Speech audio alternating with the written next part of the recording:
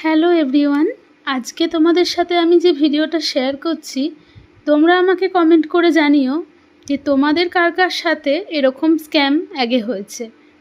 আমার সাথে এই নিয়ে দুবার হলো। আমি আগের ভিডিওটাও তোমাদের সাথে শেয়ার করেছি। 1 জানুয়ারির দিন বিরিয়ানি অর্ডার করেছিলাম, সেটা নিশ্চয়ই তোমরা দেখেছো। সেটা একটা স্ক্যাম হয়েছিল। এবারেও ঠিক সেরকমই হলো। আমি বুঝতে পারছি না কেন বারবার এরকম ঘটনা ঘটছে। তাই দ্বিতীয়বার আবার ভিডিওটা করলাম, যাতে আমি বুঝতে পারি যে এটা আমাদের সাথেই হচ্ছে নাকি সবার সাথেই এরকম হয়ে থাকে। তো যাই হোক, এবার তোমাদের ঘটনাটা বলি।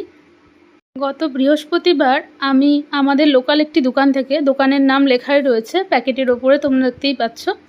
তো আমাদের লোকাল একটি দোকান থেকে এগ রোল আর মোগলাই অর্ডার করেছিলাম। দেখো প্যাকেটের উপরে লেখাই আছে স্পেশাল মোগলাই অর্ডার করেছিলাম। যদিও আমি অর্ডারটা ডাইরেক্ট দোকানে করিনি, আমি জোম্যাটো থ্রু দিয়ে অর্ডার করেছিলাম ওই দোকানে।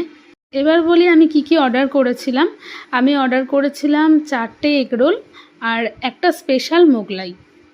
তো তোমাদের সামনেই আমি প্যাকেটটা ওপেন করলাম, তোমরা দেখলে এখানে 2টো এগরোল ছিল, 4টে ছিল না, তো 2টো মিসিং ছিল। আর স্পেশাল মোগলাইটা একদমই স্পেশাল ছিল না, কারণ স্পেশাল মোগলাই চিকেনের কিমা থাকে, এখানে সেটা কিছুই ছিল না। আর আমার টোটাল বিল ছিল 256 টাকা। তো বুঝতেই পারছো একটা মোগলাই আর 2টো রোলের 256 টাকা বিল হতে পারে না, কারণ ডেলিভারি চার্জ ওরা 30 টাকা ধরেছিল। এখন আর কি বলবো, আমি বুঝতে পারছি না ভুলটা কাদের, জোম্যাটোর না দোকানের। তো এই অবস্থা। সবথেকে বড় ব্যাপার হলো যে জোম্যাটোর ডেলিভারি পার্টনার ছিল সেদিন, তাকে আমরা ফোন করে সবটাই জানিয়েছি। সে বলেছে প্যাকেটটা রেডি রাখুন, আমি গিয়ে নিয়ে আসছি। কিন্তু তারপর থেকে যতবারই তাকে ফোন করেছি সে ফোন কেটে দিয়েছে। তো এবার থেকে খাবার নেওয়ার আগে খুব কেয়ারফুল থেকো তোমরা।